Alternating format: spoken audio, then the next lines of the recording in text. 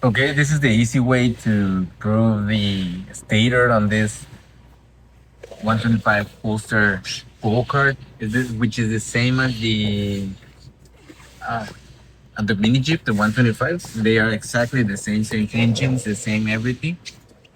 Um, okay, we're gonna need our voltage multimeter, and we're gonna put it right here on volts and 20. This right here.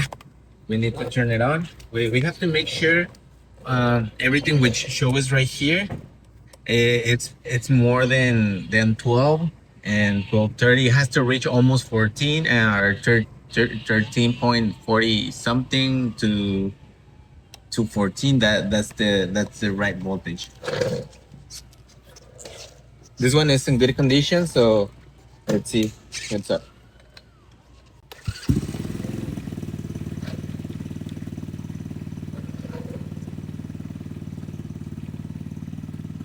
Okay, now we're gonna put the positive and the negative, positive and negative, and now we have 14.16.20, which means it's good. When it's bad, it shows us like 12 and something, 11, and from 12 like let's say from 12:20 or 12:30, from that to the to down. Oh, hold on.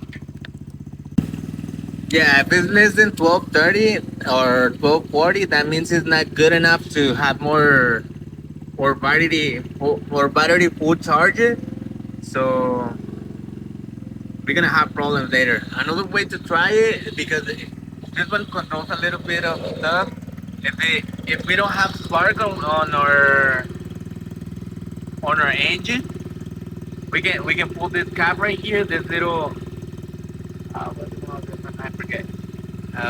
Of the coil, and we can put another spark plug or use the same one and see if it has spark. We can check the lights. We can always play with a lot of stuff. I mean, it's not always the stator. Be more components like the CDI, the voltage regulator, and a couple more.